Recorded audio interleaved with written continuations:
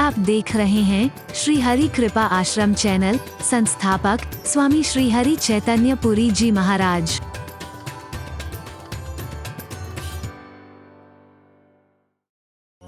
हरि हरि हरि हरि हरि बोल। हरि हरि हरि हरि बोल। हरि हरि हरि हरि हरि बोल। हरि हरि हरि हरि हरि बोल। हरि हरि हरि हरि हरि बोल। हरि हरि हरि हरि बोल।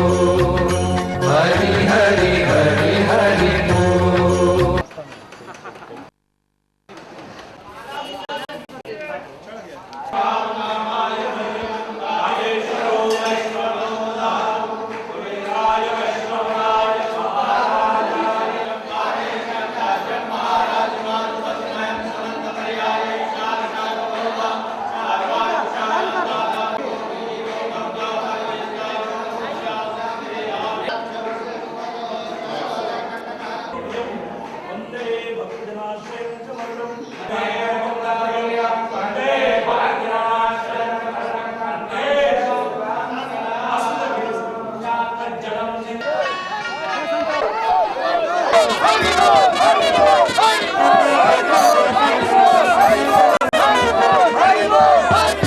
मास्टर जी के चरणों में सर झुकाने का सौभाग्य प्राप्त हुआ था। ऐसे आयोजक भाई बलराम सिंह जी और इस कार्यक्रम के जो कुशल संचालक हैं और द्वितीय हैं और जिनके मुंह से संबोधन निकलता है तो लगता है कि फूल की झड़ी बरस रही है।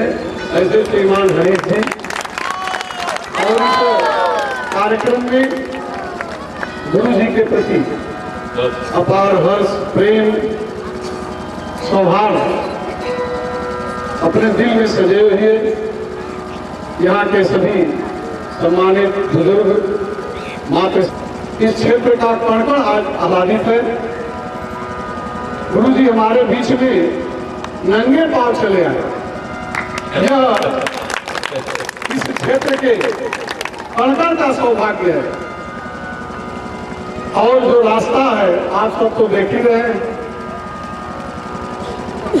पहले ही हरीश जी ने कह दिया कि राजनीति सियासत नहीं बल्कि प्रेम की वर्षा इस मंच से होनी चाहिए। वह प्रेम की वर्षा अमृत बारी के रूप में गुरु जी के वचनों से हम सबको प्राप्त होगी। लेकिन मैं इतना जरूर कहूंगा कि तुलसी इस संसार में 5 तत्व है सार। संत समागम हरि कथा दया दान उपकार। संतों के समागम से, सानिध्य से एक दूसरे के बीच में जो प्रेम का सौहार्द का वातावरण सृजित होता है और धर्म की स्थापना, धर्म का साम्राज्य स्थापित होता है, वो अटूट होता है, अक्षुण्ण होता है।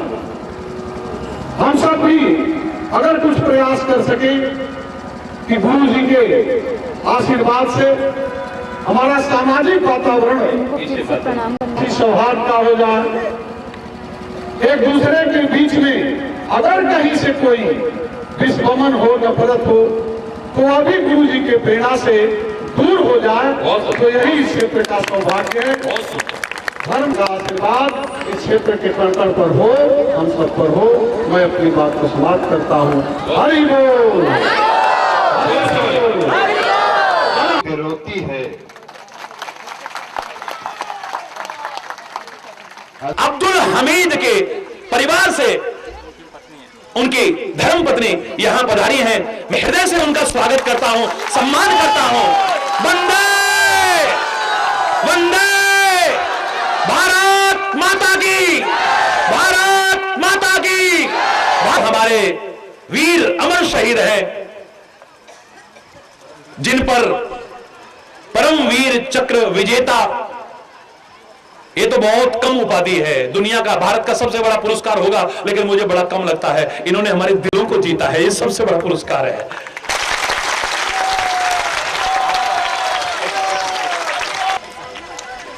आप आइए, आइए। हेलो मित्रों,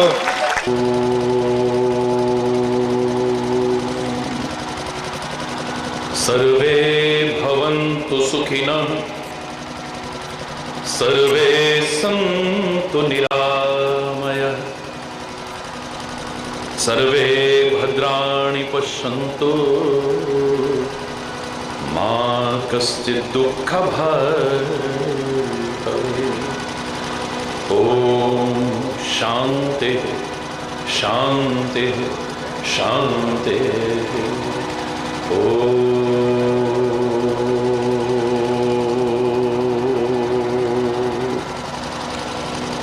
त्वमेव माताश्च पिता त्वमेव, त्वमेव बन्धुश्च सखा त्वमेव, त्वमेव विद्या द्रविणो त्वमेव, त्वमेव सर्वं मम देव देव। ओम शांति शांति शांति।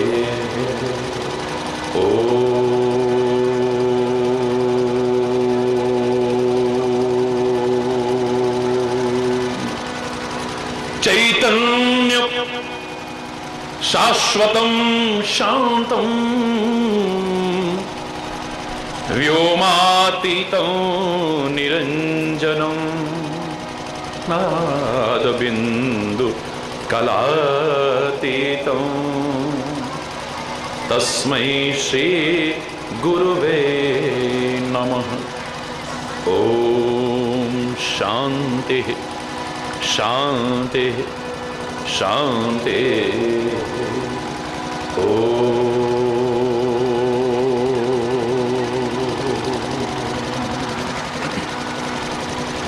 हृदय से उस परम शक्तिमान परमात्मा से प्रार्थना करेंगे सभी लोग, सभी सम्मिलित रहिए। हे जगत्राता विश्वविधाता,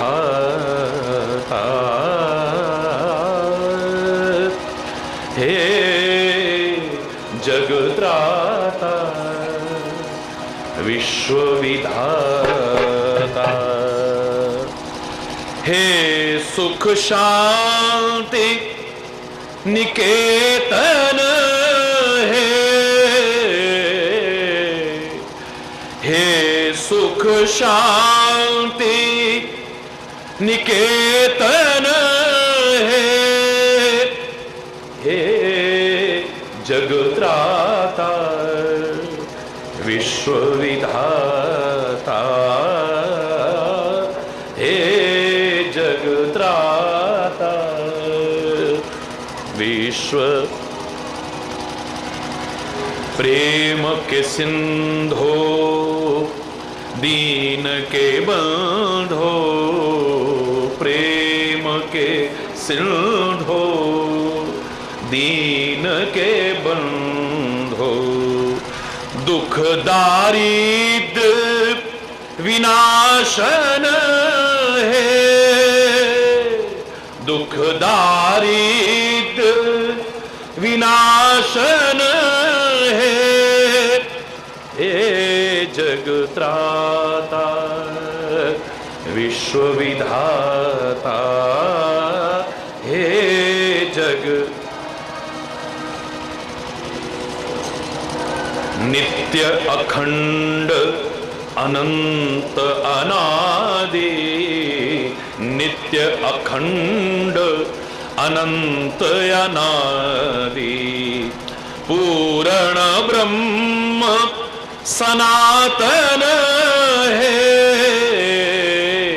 पूर्ण ब्रह्म सनातन है, हे जगत्राता विश्वविधाता, हे जग। सभी बोलिए। जग आश्रय जगपति जगबंदन, जग आश्रय जगपति जगबंदन, अनुपम अलख निरंजन है, अनुपम अलख निरंजन है, हे जगत्राता विश्वविधाता, हे जग प्राण सखा त्रिभुवन प्रतिपालक, प्राण सखा त्रिभुवन प्रतिपालक, जीवन के अवलंबन है, जीवन के अवलंबन है, हे जगत्राता विश्वविधाता, हे जगत्राता विश्वविधाता, विश्वविधाता विश्वविधाता।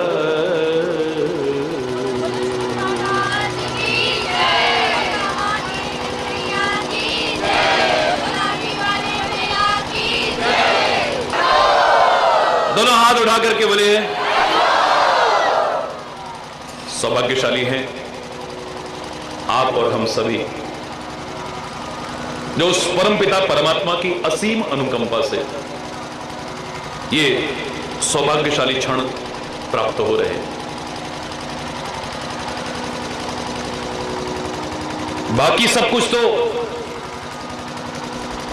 चाहे आप सत्य के मार्ग पर चले न चले, धर्म के मार्ग पर चले न चले, न्याय के मार्ग पर चले या न चले, अच्छाई के मार्ग पर भी चले न चले, तो भी प्राप्त कर सकते हैं। महापुरुषों ने कहा भी है, सुत दारा धन लक्ष्मी, ये तो पापी के हुए, ये तो पापी के घर में भी हो जाता है। नीच से नीच कर्म करने वाला, घृणित से घृणित कर्म करने वाला, ये बाकी सब चीजें तो हासिल कर सकता है। क्या चोरों के पास कम है ये सब चीजें? या तस्करों के पास कम है ये चीजें? वैश्याओं के पास कम है? लेकिन ये सौभाग्यशाली क्षण उसकी कृपा के बिना प्राप्त नहीं हो सकते हैं यार। सुत दारा धन लक्ष्मी, ये तो पापी के होए, और संत समागम हरि कथा तुलसी दुर्लभ दोए, ये बहुत दुर्लभ है। जब उसकी कृपा होती है, जब द्रव्य दीन दयालु, तब साधु संगत पाइए। जब उसकी कृपा होती है तब ये क्षण प्राप्त होते हैं। बिन सत्संग विवेक न होई, पर राम कृपा बिनु सुलभ न सोई।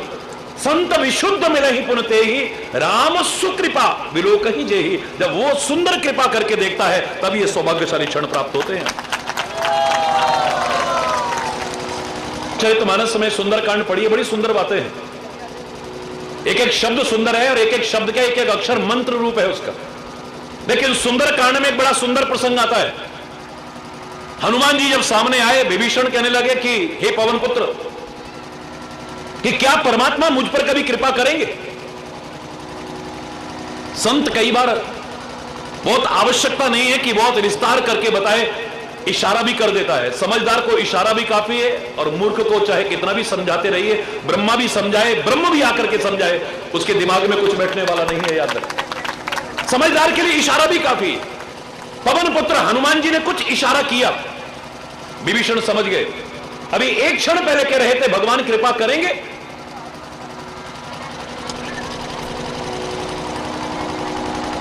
एक क्षण बाद ही कह रहे हैं कृपा तो उनकी हो गई।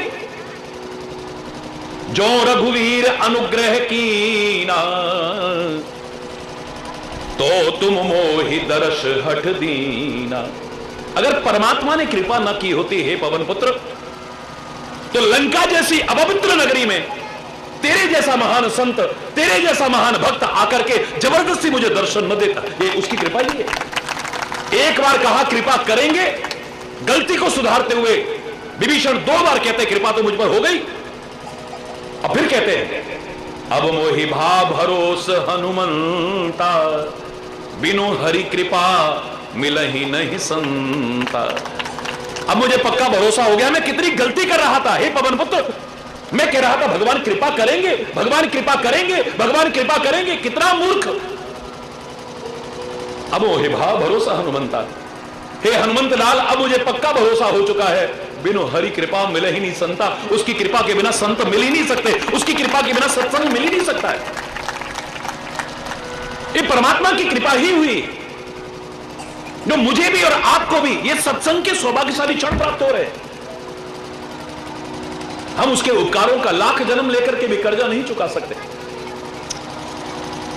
आज प्रातःकाल भी बड़ा अच्छा प्रश्न किया किसी ने मुझसे, वहां गांव में था मैं, कि महाराज जी जब अपने कर्मों का ही फल मिलना है,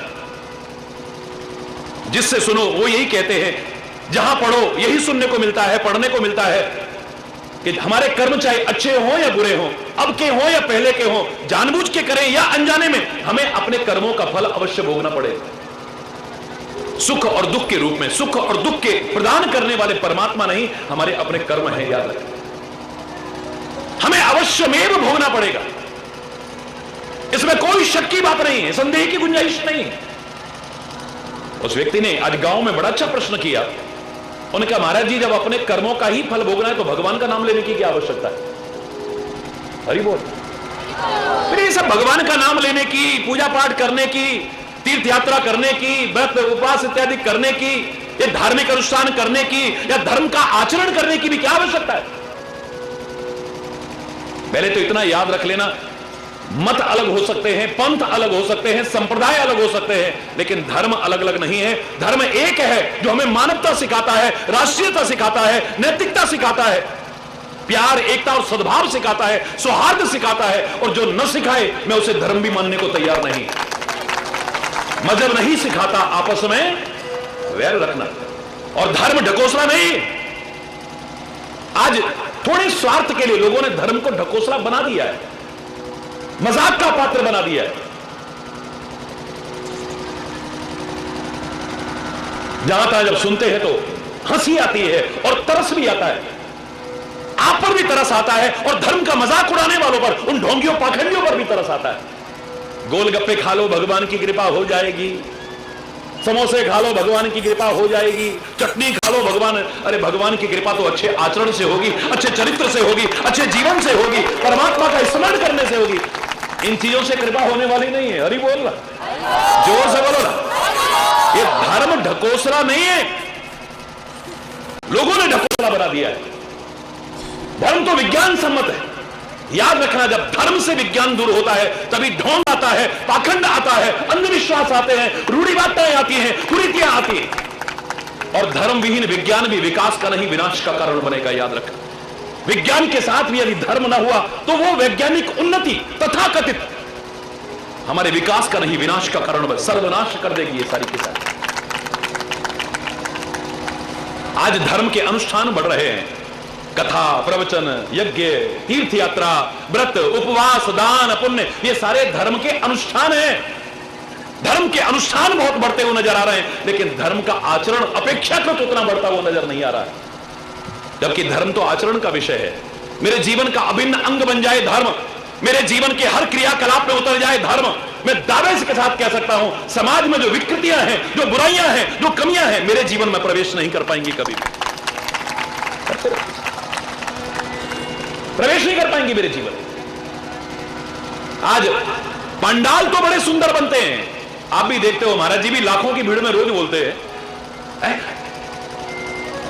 बड़े बड़े भव्य पंडाल बनते, मंच बड़े सुंदर सुंदर बनते, लेकिन पंडालों की भव्यता तो बढ़ रही है पर संदेश की दिव्यता नजर नहीं आ रही। जो संदेश समाज को जोड़ने के काम आए, क्योंकि धर्म जोड़ता है, तोड़ता नहीं है, याद रखें। और दुख होता है, अफसोस होता है जब धर्म के नाम पर लोग टूट रहे हैं और लोग बांटने की कोशिश कर रहे हैं, तोड़ने की कोशिश कर रहे हैं।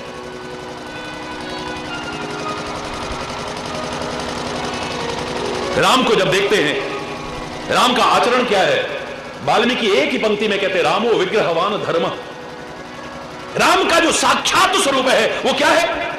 विग्रहवान धर्म नजर आता है। यानी जब जीवन में उतर आए, आचरण में उतर आए, तब सच्चा धर्मात्मा बनता है, तब सच्चा मर्यादा पुरुषोत्तम बनता है। हमारे जीवन का अभिन्न अंग बन जाए। राम को देखते तो धर्म नजर आता है, धर्म को देखते हैं तो राम नजर आता है। दोनों में कोई भेद नहीं रह जाता है। ऐसा हो हमारे जीवन। मैं कल गौशाला में कह रहा था कि राम का आचरण हमारा आचरण बन जाए, राम का चरित्र हमारा चरित्र बन जाए, राम का जीवन हमारा जीवन बन जाए, तब समझना कि तुम राम को समझे हो और राम को गाया है, राम को सुना है, राम का वरना अधूरा है। एक छोटा सा बच्चा भी कहता है, मैंने खुद अपने कानों से सुना, महाराज जी एक भजन सुना दूं? मैंने कहा बेटा सुनाओ। तुतलाती भाषा में बोलने लगा, राम भले वीर थे, लड़ने में धीर थे, सीता उनकी रानी थी, भारत की महारानी थी, लक्ष्मण उनके भैया थे, वो भी बड़े लड़ैया थे, हम भी राम बनेंगे, बड़े बड़े काम करेंगे, बोलो राजा रामचंद्र भगवान की, हम भी राम बनेंगे। क्या तात्पर्य राम बनने का? धनुष्मान हाथ में लेके बैठेगा, मुकुट लगा करके बैठेगा, सिंहासन पर बैठेगा? नहीं, परमात्मा श्री राम ने जो गुण, आदर्श और मर्यादाएं स्थापित किए हैं, उनको अपने जीवन में उतारने वाला राम बनने की कोशिश करनी। अपने कर्मों से, अपने आचरण से व्यक्ति राक्षस कहलाता है, कंस कहलाता है, रावण कहलाता है। लोग कहते हैं ये तो हमारे घर में कंस पैदा हो गया महाराज जी, ये तो हमारे घर में रावण पैदा हो गया महाराज जी, ये तो राक्षस पैदा हो गया है महाराज जी। अपने कर्मों से, अपने आचरण से व्यक्ति रावण कहला सकता है, कंस कहला सकता है, राक्षस कहला सकता है। तो तुम अपने कर्म से, आचरण से, चरित्र से, स्वभाव से राम क्यों नहीं कहला सकते हो? कृष्ण क्यों नहीं कहला सकते हो? शिव क्यों नहीं कहला सकते हो? दुर्गा क्यों नहीं कहला सकते हो? उसका नकल मत करना, बाहिर नाटक मत करना, बाहरी उसके आचरण को, उसके चरित्र को, उसके स्वभाव को, उनके गुणों को, उनकी मर्यादाओं को अपने जीवन में उतारने वाले राम बनो। आह्वान कर रहा हूं, आप सबका आह्वान कर रहा हूं, हर एक के दिल से आवाज आनी चाहिए, हम भी राम बनेंगे। हमारे पूर्वज, हमारे माता पिता कितने प्रसन्न होते हैं जब उनकी अच्छाइयों को हम आगे बढ़ाते हैं, बुराइयों को नहीं। माता पिता के आज्ञाकारी आप तब नहीं हो अगर माता पिता शराब पीते हो तो तुम भी आगे पियो। हम तो जी अपने माँ बाप के रास्ते पर चलने वाले हैं, मत चलना कभी भी। वो शराब पीते हैं तो तुम भी शराब पियो, वो जुआ खेलते हैं तो तुम भी जुआ खेलो, वो कुकर्म करते हैं तो तुम भी कुकर्म करो, वो रिश्वत खाते हैं तो तुम भी रिश्वत खाओ, वो खाने पीने की चीजों में मिलावट करते हैं तो तुम भी करो। नहीं, कौन कहता है यह आचरण? मेरे परमात्मा श्री राम ने शूर्पणखा के ये कहने पर कहा था मेरे साथ विवाह करो। राम कहते मेरा विवाह हो चुका है, तुम्हारे पिताजी अनेक शादियां कर सकते हैं, क्या तुम दूसरी नहीं कर सकते हो? तुम्हारे पिता जब अनेक विवाह कर सकते हैं, तुम तो पिता के आज्ञाकारी हो, पिता के मार्ग पर अनुसरण करने वाले हो। राम, श्री राम ने शूर्पणखा से जो संदेश दिया था, रामायण का वो चरित्र पढ़ के देखिए। श्री राम कहते हैं मेरे पिता जो अच्छा करते हैं मैं उसको आगे बढ़ाऊंगा, कुछ बुरा नजर आएगा तो उसे आगे नहीं बढ़ाऊंगा। जोर से बोलिए ना। ये जीवन और आचरण ही तो है। आदमी कितना भी महानता के शिखर पर पहुंच जाए, अगर आचरण नहीं है तो कुछ भी नहीं है, चरित्र कुछ नहीं है, चरित्र नहीं तो कुछ भी नहीं है, स्वभाव अच्छा नहीं है तो कुछ भी नहीं है। सारा कुछ अच्छाइयां होने के बाद मिट्टी डाल लेता है, बेकार डाल लेता है, कीचड़ कर दे जाता है, कुछ नहीं बचता है। किसी किसी की बहुत सारी अच्छाइयां एक बुराई के कारण सब मिट्टी में मिल जाती है। ऐसी बुराइयां अपने अंदर मत आने देना जो तुम्हारी सब अच्छाइयों पर पर्दा डाल देगा। माता पिता की आज्ञाकारी बनो। मैं कह रहा हूं आपसे, माता पिता कितने खुश होंगे जब तुम माता पिता से भी आगे बढ़ोगे। याद रखना, तुम्हारा गुरु कितना खुश होता है जब तुम गुरु से भी आगे बढ़ो। दुनिया जलन करती है, भाई भाई को देख करके खुश नहीं होता, बढ़ते देख करके। एक दूसरे को बढ़ते देख करके खुश नहीं होता है। आज अपना अभाव इतना दुख का कारण नहीं है जितना किसी का बढ़ता हुआ प्रभाव। ये आगे क्यों बढ़ रहा है, ये तरक्की क्यों कर रहा है, कैसे इसकी टांग खींचे, कैसे इसे पीछे खिसकाएं, इसमें लगा हुआ है। अपना अभाव इतना आदमी को दुखी नहीं कर रहा जितना किसी का बढ़ता हुआ प्रभाव दुखी। किसी ने पूछा आप दुखी क्यों हो? बोले आप सुखी हो इसलिए। अरे बोल, अनेक दुख में एक दुख का कारण यह कि तू सुखी क्यों है, तू फल फूल क्यों रहा है, तू तरक्की क्यों कर रहा है। हमारे अनेक दुखों में एक दुख का कारण बना हुआ है। अरे बोल। लेकिन माँ बाप अपने बच्चे को जब आगे बढ़ते देखते हैं तो क्या होते हैं बोलो? खुश होते हैं। एक शिक्षक ही बना रहता है सारी जिंदगी, लेकिन उसके पढ़ा हुआ कोई राष्ट्रपति बन रहा है, कोई प्रधानमंत्री बन रहा है, कोई बड़ा अधिकारी बन रहा है, कोई साइंटिस्ट बन रहा है, कोई बड़ा संत बन रहा है, वो वहीं का वहीं है अभी शिक्षक। गुरु गुड़ी रह गए, चेले शक्कर हो गए, लेकिन गुरु है इतनी महानता रखता है, इतना बड़प्पन रखता है कि जब शिष्य आगे बढ़ता है उसका हृदय हिलोरे मारने लगता है, आनंदित हो जाता है, गुरु से भी आगे जब बढ़ता है। तो हमारे पूर्वज है राम। आज के वैज्ञानिक, तथाकथित वैज्ञानिक अधूरा चिंतन देते होंगे, हमारे पूर्वज तो बंदर थे, बनमानुष थे। अरे होंगे तुम्हारे, हमारे पूर्वज तो राम है, हमारे पूर्वज कृष्ण है, हमारे पूर्वज शंकर है, हमारे पूर्वज दुर्गा है, हमारे पूर्वज शंकराचार्य है, हमारे पूर्वज विवेकानंद है, हमारे पूर्वज दयानंद है, हमारे पूर्वज वो महापुरुष है, वो अवतार है, वो ऋषि मुनि है। ये भारत कृषि प्रधान देश है, सब जानते हैं, लेकिन खाली कृषि नहीं, ये ऋषि प्रधान देश भी है, ऋषियों की महानता है।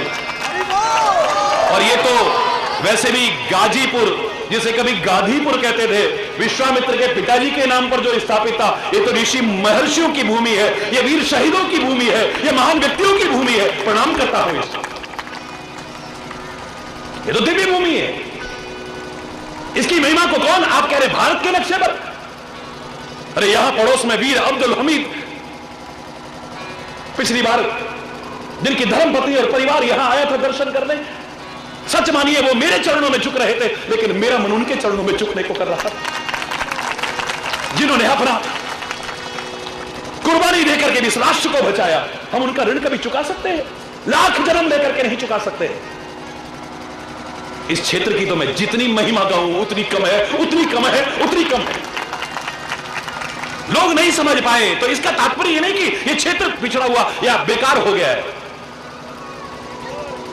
लोग इसकी महिमा को न समझ पाए, एक अलग विषय हो सकता है। लोग इसके विकास के लिए तत्पर न हो, एक अलग विषय हो सकता है। लेकिन यह अपने आप में वो रखता है जो अच्छे अच्छे विकसित क्षेत्रों के पास भी नहीं। मैं ताली बजाता हूं इस क्षेत्र के लिए।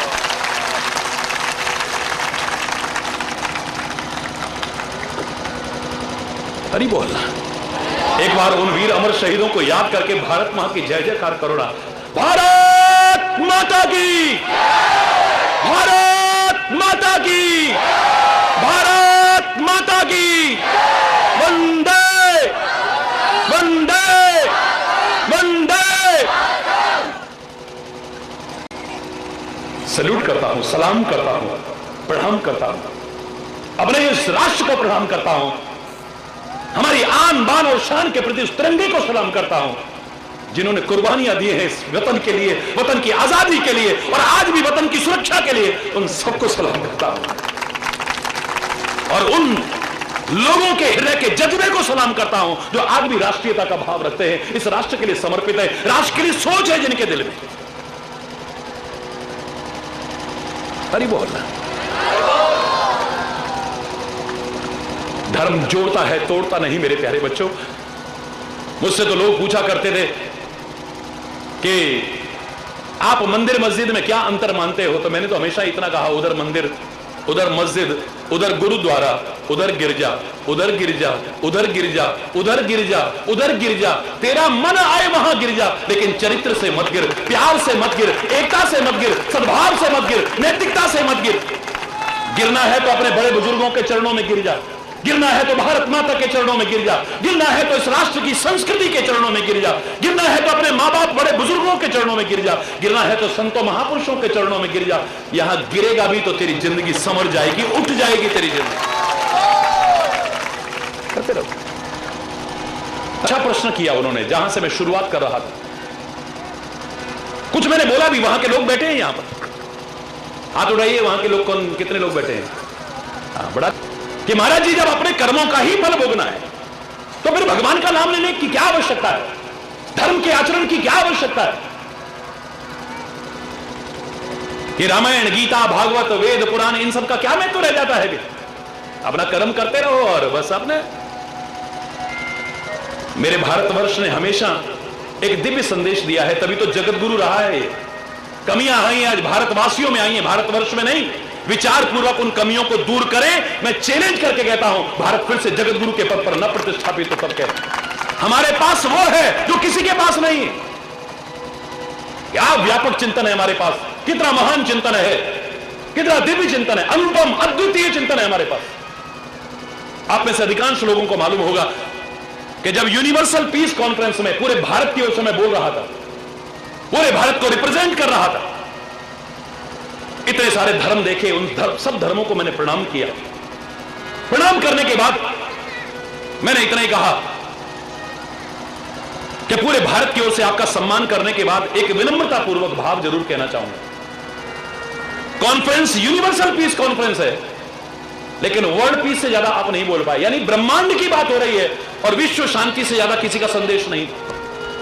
मुझे नाज है अपने भारत पर और भारत की संस्कृति। I am proud to be an Indian. गर्व है मुझे भारतीय पर।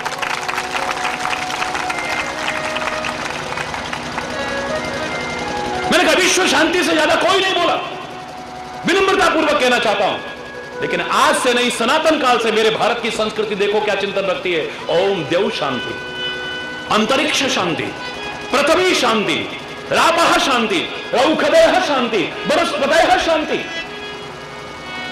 जो पाताल में शांति चाहती है, अंतरिक्ष में शांति चाहती है, पृथ्वी में शांति चाहती है, औषधियों में शांति चाहती है, वनस्पतियों में शांति चाहती है, और ज्यादा क्या कहूं, शांति रेव शांति, शांति में भी शांति चाहे, वो भारत की संस्कृति हो सकती है, कोई और नहीं। इतना महान चिंतन जो सारे विश्व को अपना परिवार मानती है। उदार चरिता नामसु वसुधैव कुटुंबकम, सारी वसुधा को अपना परिवार मानती है, जिसने कभी संकीर्णता का भाव नहीं रखा। ये हिंदू, मुस्लिम, सिख, ईसाई, जैन, बौद्ध, पारसी, कभी नहीं। एक ही आवाज आती है, सर्वे भवन्तु सुखिनः, सर्वे सन्तु निरामया, सर्वे भद्राणि पश्यन्तु, मां कस्य दुख भाव। बिना किसी भेदभाव के, बिना संकीर्णता की दीवार के सब सुखी हो, सब समृद्ध हो, सब निरोगी हो, सब अच्छे अच्छे दिखाई दे, दुख कहीं पर भी दिखाई ना दे। वाह, अभी तो होगा जब इंसानियत आएगी हमारे अंदर। आज सब कुछ आ गया हमारे अंदर, पर इंसानियत, प्रश्न चिन्ह लगाओ। तुम हिंदू हो, मुसलमान हो, सिख हो, ईसाई हो, जैन हो, बौद्ध हो, पारसी हो, ब्राह्मण हो, पारसी हो, ब्राह्मण हो, क्षत्रिय हो, वैश्य हो, शूद्र हो, बंगाली हो, गुजराती हो, मराठी हो, ये हो वो हो, सब कुछ हो, बड़ी अच्छी बात है। लेकिन एक इंसान हो या नहीं, प्रश्नवाचक चिन्ह अपने जीवन पर जरूर लगाइए। क्योंकि कई बार समाज की दुर्दशा को देख करके मुझे कहने पर मजबूर होना पड़ा। ये शब्द अंदर से निकले बिना नहीं रह पाए। कहने को तो इंसान है मेरी गली के लोग, क्षमा चाहते हुए कहूंगा, मुलाजा फरमाइएगा। कहने को तो इंसान है मेरी गली के लोग, पर दिल के बेईमान हैं। आगे बोलो ना, जोर से बोलो भैया।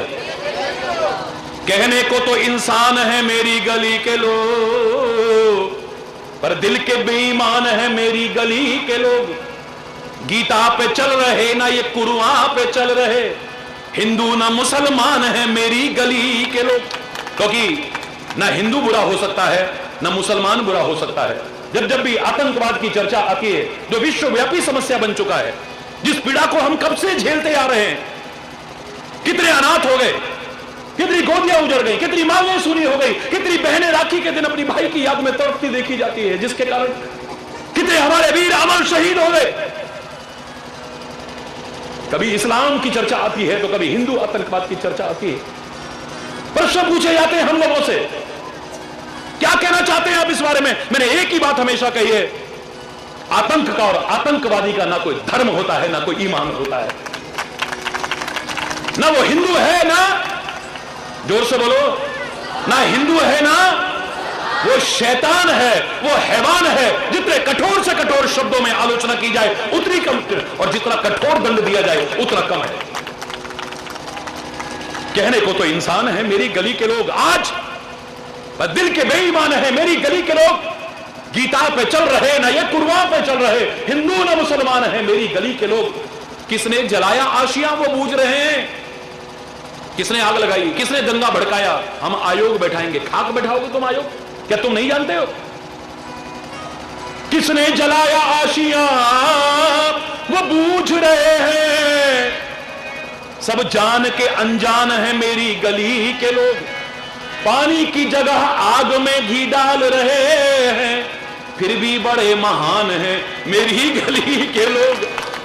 छोटी छोटी बातों में आपस में लड़ रहे, ये छोटी छोटी बातों में आपस में लड़ रहे, ये तो बड़े नादान हैं। सारे बोलिए तब मजा आएगा बोलने का। ये तो बड़े नादान हैं मेरी गली के लोग, पर मेरी गली में सच्चे भारतवासी नजर आए, सुयोग्य नागरिक नजर आए, इस भारत की संस्कृति से परिपूर्ण। इसलिए सत्संग की आवश्यकता है। लेकिन आपने प्रश्न किया है कि परमात्मा का नाम लेने की क्या आवश्यकता है जब अपने कर्मों का फल भोगना है। भारत की संस्कृति ने 3 चीजों का समन्वय करने को कहा है। पिछली बार इशारा किया था मैंने, कर्म, भक्ति और ज्ञान। खाली कर्म ना हो, चाहे जो कर्म ना हो, चाहे जैसे कर्म ना हो, कर्म के साथ विचार होना चाहिए, विवेक होना चाहिए, ज्ञान होना चाहिए। क्योंकि बिना विचारे जो करे सो पाछे पछताए, काम बिगाड़े आपनो जग में होता हंसाए। जहां विचार नहीं होगा, विवेक नहीं होगा, ज्ञान नहीं होगा, कर्म के साथ पश्चाताप होगा। याद रखना, शर्मिंदगी होगी वहां पर, गिलानी, हमसे ऐसा क्यों हो गया, हाय हमने ऐसा क्यों कर दिया। नहीं होगा, बोलो जोर से बोलिए। कर्म के साथ ज्ञान हो, विचार हो, विवेक हो, और साथ में अगर परमात्मा का स्मरण भी हो तो क्या कहना, फिर आनंद ही आनंद है। फिर याद रखना, कर्म, भक्ति और ज्ञान का। गीता भी 6 अध्याय में सांख्य योग यानी ज्ञान योग, 6 अध्याय में उपासना यानी भक्ति योग, 6 अध्याय में कर्म योग, तीनों का समन्वय है। 18 अध्याय में से 6 अध्याय में बांटा हुआ है। कर्म तो वो भी कर रहा है जो सारा दिन ऑफिस में बैठता है, लेकिन थोड़े से लालच के पीछे आपकी फाइल आगे नहीं बढ़ने देता है। उसके कर्म को पूजा आप कहना, मैं नहीं कह सकता हूं कभी। कर्म ही पूजा है कहने वालों, उसके कर्म को पूजा आप कहना, मैं नहीं कह सकता कभी। अपनी दुकान पर बैठा है, फैक्ट्री में सामान बना रहा है, पर खाने पीने की चीजों में मिलावट करता है। लोग बीमार हो जाएं उसकी बला से, लोग मर जाएं उसकी बला से। उसके कर्म को, कर्म तो वो कर रहा है, कर्म ही पूजा कहने वालों, उसके कर्म को पूजा आप कहना, मेरा हृदय उसके कर्म को पूजा स्वीकार नहीं करता है। एक डॉक्टर ने कितनी मेहनत करके डॉक्टरी हासिल की, हॉस्पिटल में या अपना कोई क्लिनिक बना करके काम कर रहा है, सारा दिन मेहनत करता है, वो अपना कर्म कर रहा है। और कर्म ही पूजा कहने वालों, ऑपरेशन के बहाने अगर वो किडनियां निकाल लेता है,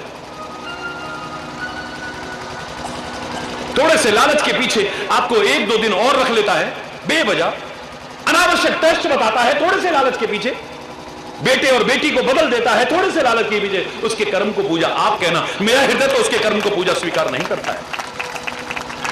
चौराहे पर खड़ा हुआ सुविधा शुल्क के बहाने बेवजह आपको तंग करता है, वो कर्म तो कर रहा है, अपनी ड्यूटी कर रहा है, उसके कर्म को पूजा आप कहिएगा, हरि चेतन का हृदय स्वीकार नहीं करता है। एक किसान से बढ़कर के कौन अन्नदाता है किसान। ये दुख की बात है कि आज किसान ही पीड़ित है। इस भारतवर्ष जैसे राष्ट्र में, कृषि प्रधान देश में, आज किसान आत्महत्या तक करने को मजबूर हो रहे हैं, जो शर्म की बात है, बड़े दुख और अफसोस की बात है। विभिन्न योजनाओं पर पानी की तरह पैसा बहाया जाता है, लेकिन जो सारे समाज का अन्नदाता है, उसके विकास और उत्थान का कहीं पर विचार ही नहीं है। और ये भी तो कृषि प्रधान क्षेत्र है, ये अब कृषि पर टिके हुए हैं। परसों मेरे पास फोन आया, महाराज जी यहां किसान बहुत दुखी हो रहे हैं, फसल कटी हुई पड़ी हुई है और बहुत तेज बारिश हो रही है। मैंने कहा मैं अभिमान से कुछ नहीं कहता, लेकिन इतना जरूर मुझे विश्वास है कि आप प्रार्थना करना, मैं भी प्रार्थना करूंगा, किसानों की मेहनत पर पानी नहीं फिरेगा। 15 मिनट बाद मेरे पास फोन आया, महाराज जी बारिश बंद हो गई है। एक बार दोनों हाथ उठा करके बोलो ना, जोर से, जरा जोर से बोलिए ना, जोर से बोलिए ना। लेकिन किसान अपना कर्म तो कर रहा है, सब्जी उगाई, रात को लौकी में इंजेक्शन लगा दिया, रात में लौकी इतनी बड़ी हो गई, बाजार में पैसे तो ज्यादा मिले, लेकिन लोगों को जहर खिला करके लोगों के जीवन से खिलवाड़ की।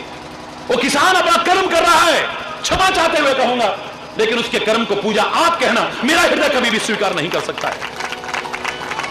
सब्जियों पर तरह तरह के केमिकल्स लगा करके समाज में ले जाए, लोगों की जिंदगी से खिलवाड़ करे, उसके कर्म को पूजा आप कहना, मेरा हृदय नहीं मानता है। कर्म के साथ विचार हो, विवेक हो, और साथ में अगर परमात्मा का स्मरण हो, सोने में सुहागा है, आनंद ही आनंद है, आनंद ही आनंद है, आनंद ही आनंद है। हरि बोल। हम बहुत छोटे छोटे थे तो हमें बहुत बाल्यावस्था में सिखाया गया था, प्रातःकाल जब उठो बच्चों तो सबसे पहले एक मंत्र बोला करो। बोलोगे मेरे साथ? जिनको आता है वो बोलिए, जिनको नहीं आता मैं धीरे धीरे बोलूंगा, मेरे साथ बोलिएगा। प्रातःकाल उठते ही किसी की शक्ल मत देखो, अपने हाथों के दर्शन करो, क्योंकि किसी का चेहरा देखोगे, भगवान न करे वो दिन आपका खराब हो गया, आपके मुंह से निकल गया यार कैसी मनहूस शक्ल देखी, आज हमारा दिन खराब हो गया। आपने उससे नहीं कहा, लेकिन जब उसको पता चलेगा मुझे मनहूस कहता है, सद्भावना पैदा होगी या दुर्भावना? जोर से बोलिए। किसी के मन में दुर्भावना ना आ जाए, आपका विरोध पैदा ना हो जाए। भारतीय संस्कृति ने कहा था किसी के दर्शन मत करो सुबह उठते ही, सबसे पहले आंख खोलते ही अपने हाथों के दर्शन करो, और हाथों में ही भगवान के दर्शन करो। कराग्रे बसते लक्ष्मी, बोलो जोर से बोलिए। कराग्रे बसते लक्ष्मी, कर मध्य सरस्वती, कर मूले तु गोविंद, प्रभाते कर दर्शनम, ये बंद कर, प्रभाते कर दर्शनम।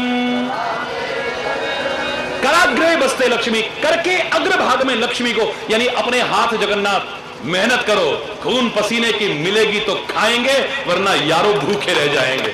अरे बोल, अपने हाथ पर भरोसा करो, यह हाथ पुरुषार्थ के प्रतीक है। पुरुषार्थ करो, लक्ष्मी प्राप्त करो। खाली श्रद्धा ना हो, खाली शम ना हो, श्रद्धा और शम का समन्वय हो जाए, जीवन में आनंद आ जाए। कई लोग मेहनत नहीं करना चाहते, खाली भगवान का नाम लेते हैं, अरे भगवान की कृपा होगी सब हो जाएगा। God helps those who help themselves. हिम्मते मरना मददे खुदा, वो खुदा भी, वो अल्लाह भी, वो परमात्मा, वो वाहिगुरु, उसी की सहायता करेगा जो खुद भी मेहनत करने की कोशिश करता है।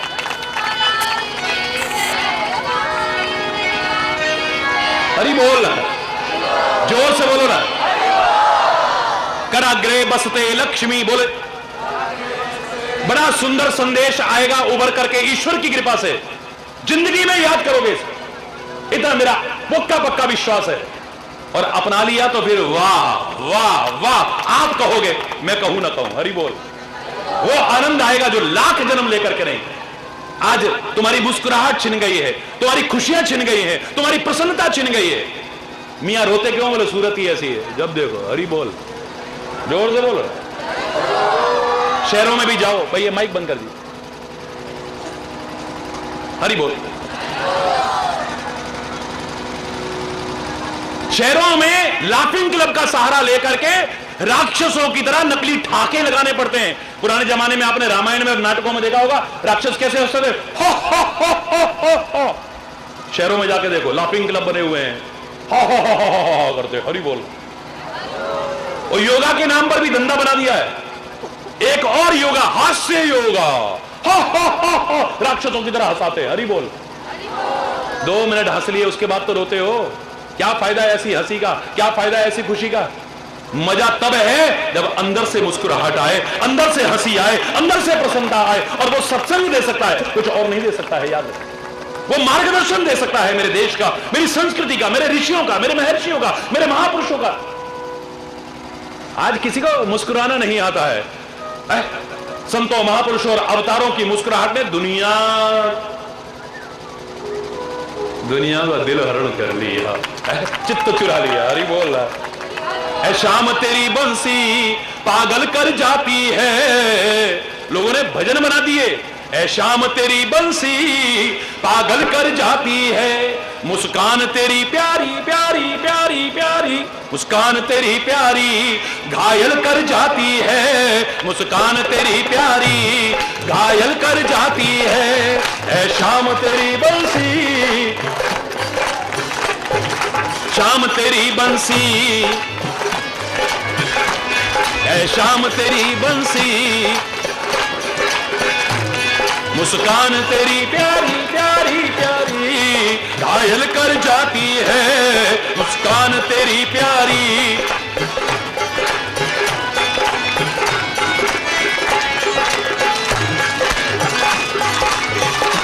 अरे यार, तुम गोरे होते तो क्या होता मोहन, गोरे जो होते तो क्या होता मोहन, क्या होता मोहन, गोरे जो होते तो क्या होता मोहन। जरा जोर से बोलो ना।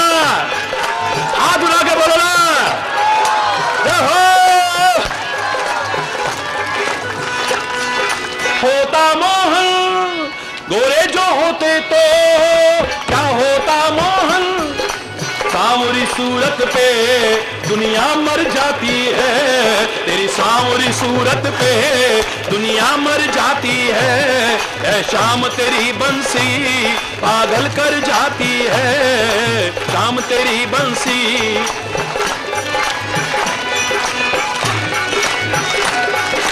हरि बोल, हरि बोल।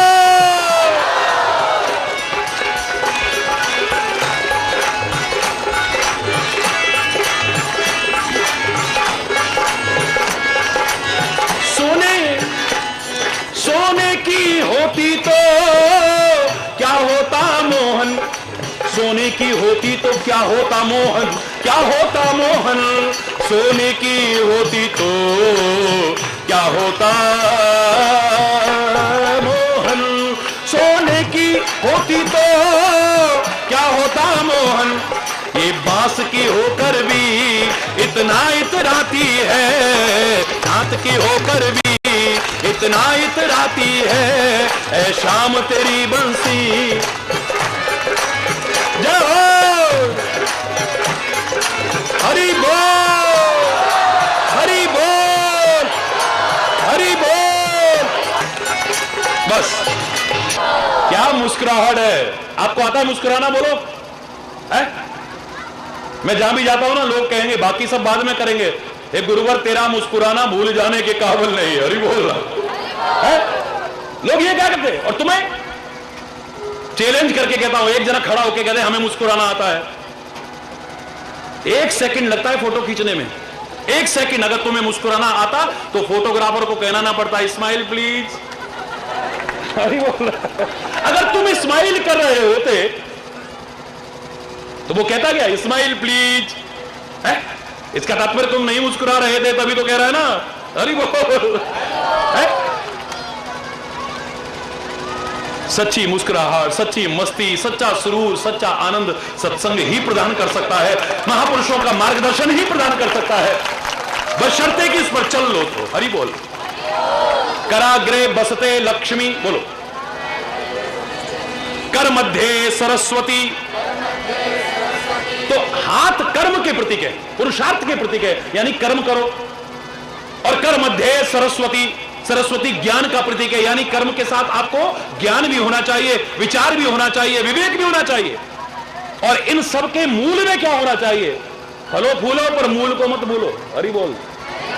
मैं भी कह रहा हूं खूब फलो फूलो मेरे प्यारे बच्चों, लेकिन मूल को, और मूल क्या है? मूलम धर्म तरोर विवेक जलधई, मूल धर्म है, मूल परमात्मा है, इसको मत भूल जाना कभी। कर मूले तु गोविंद प्रभाते कर दर्शन, कर मूले तो इस सबके मूल में क्या हो? गोविंद, यानी परमात्मा उसके मूल में होगा तो जीवन का आनंद ही आनंद हो जाए। पर आप तो कह रहे हो भगवान का नाम लेने की जरूरत ही क्या है जब अपने कर्म का ही फल मिलना है तो है? अब मैं आपको 4 कारण बताता हूं। मैंने एक बार 8 कारण बताए थे, 4 गिनाऊंगा आज खाली। सुनना चाहोगे क्यों भगवान का नाम लेना चाहिए? हमें अपने कर्म का ही फल मिलना है, चाहे सुख हो या दुख हो, फिर भी हमें परमात्मा का नाम क्यों लेना चाहिए? मैं बता रहा हूं आपको क्यों लेना चाहिए। एक छोटा सा कोई गिफ्ट हमें दे, तोहफा दे, उपहार दे कोई, उसे थैंक यू बोलते हो कि नहीं बोलते हो? बोलो, जोर से बोलो। धन्यवाद कहते हो या नहीं कहते हो? अगर नहीं कहते हो तो तुम इंसान भी नहीं है।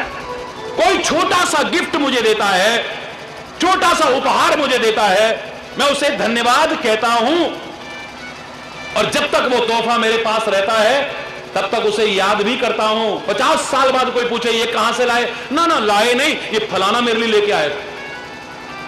याद करते हो नहीं? बोलो, याद करते हो या नहीं? करते हैं ना? और उसके गुण भी गाते हो। अरे तेरे को पता है वो बंबई से आया फिर भी उसको हमारी याद रही, देख मेरे लिए ये लेके आया, देख मेरे लिए। ये गुण गाना नहीं है?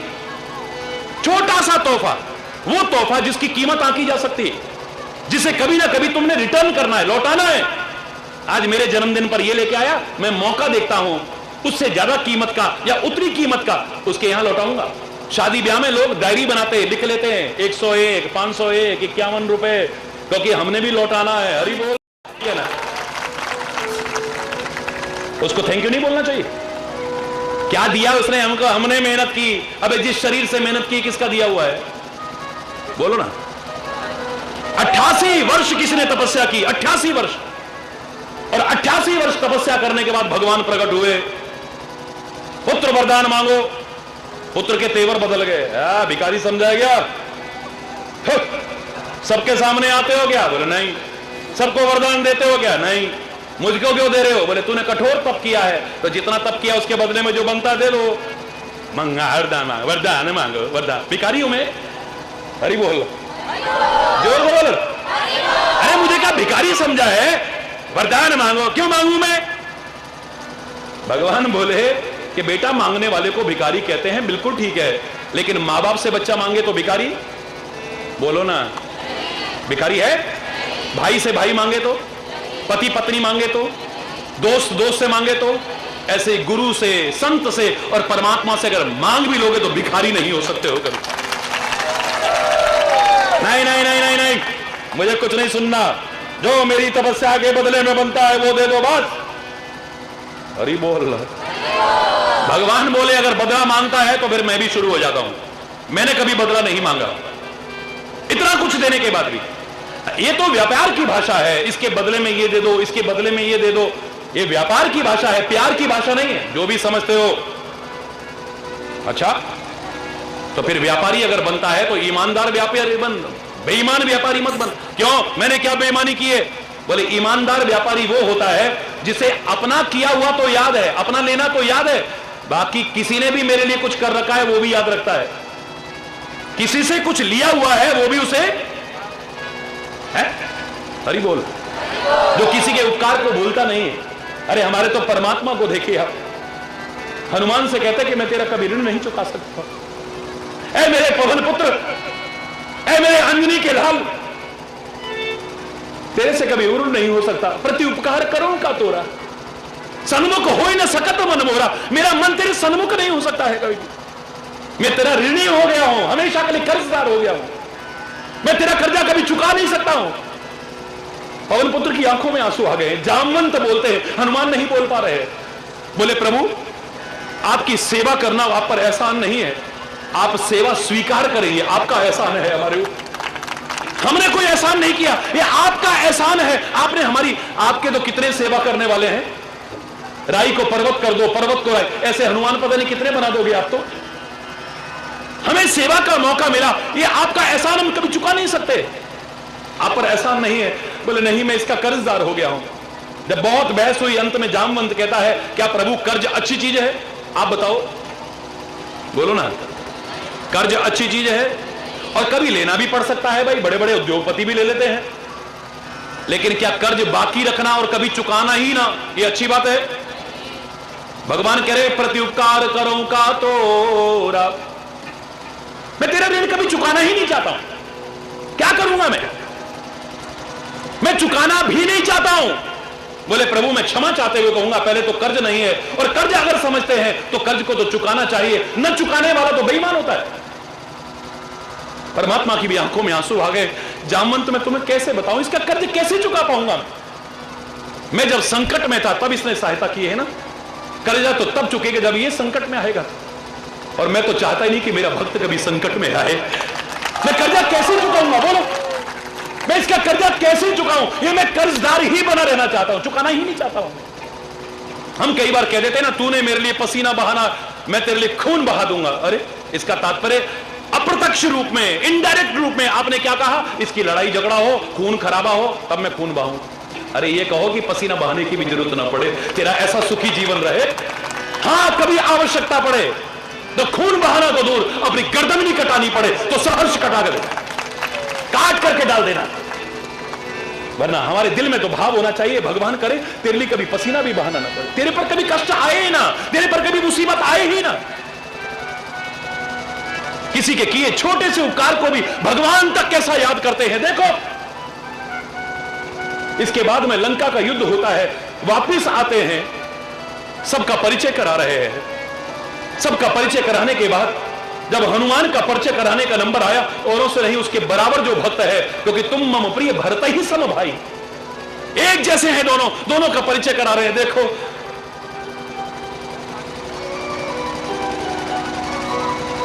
भरत भैया कपि से उऋण हम नाही, कपि से उऋण हम नाही। हे भरत भैया कपि से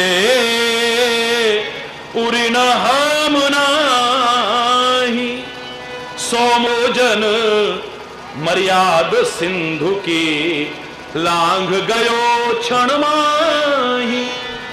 अब घड़ी रुकेगी नहीं, मेरा मन इतना कुछ बोलने को हो रहा है आपको प्यार को देख करके, मेरे पास कोई शब्द नहीं उसके लिए, बहुत बोलने को मन है, लेकिन मैं क्या करूं, मुझे थोड़ा सा ब्रेक लगा लगा के बोलना पड़ रहा। हरि बोल, जोर से बोल रहा, दोनों हाथ उठा के बोल रहा। बहुत कुछ कहा, मैं पूरा भजन नहीं सुना रहा। ए भरत भैया, इस कपि से मैं कभी उड़न नहीं हो सकता। ये नहीं कि राजा बन गए तो भूल गए, अब मतलब निकल गया तो पहचानते नहीं। हरि बोल रहा, आज तक याद है और हमेशा याद है। किसी के किए छोटे से उपकार को भी कैसे याद रखना चाहिए, मेरे राम से सीखो ना। और किसी पर उपकार करो उसे तुरंत भूलना चाहिए, यह भी मेरे राम से सीखो ना। नेकी कर और कुएं में डाल, तब सुखी रहोगे, वरना दुखी होते रहोगे। हमने उसके साथ ऐसा किया, फिर भी उसने हमारे साथ ऐसा किया। अरे बोल,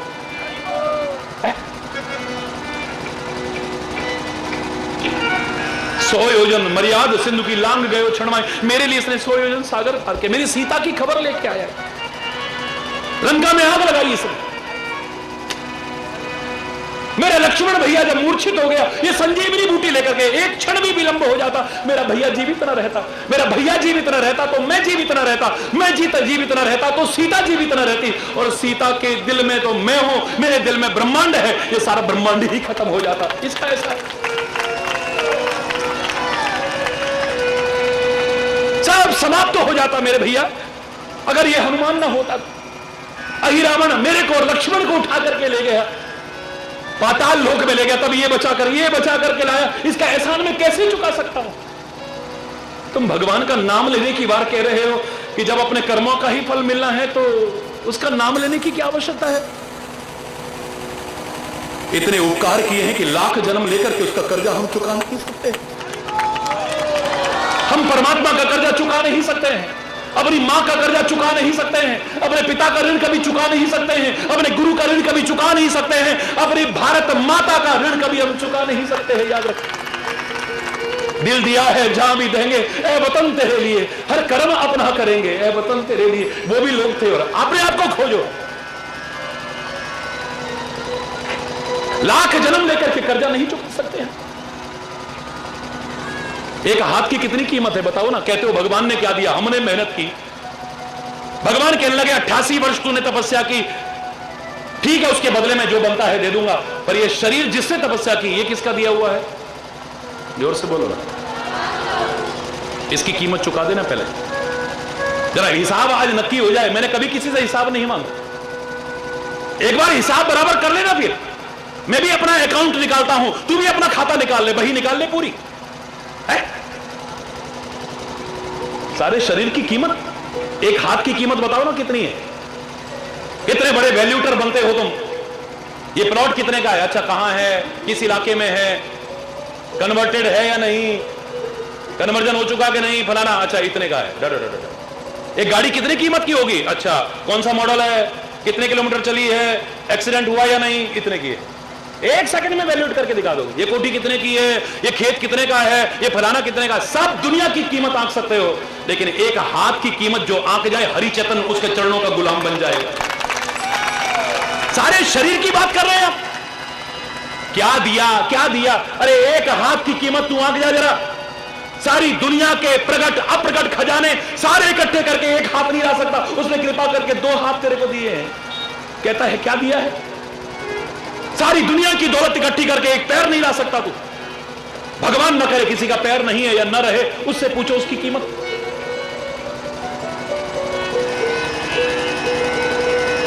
दो दो पैर कृपा करके दिए हैं। कहता है क्या दिया?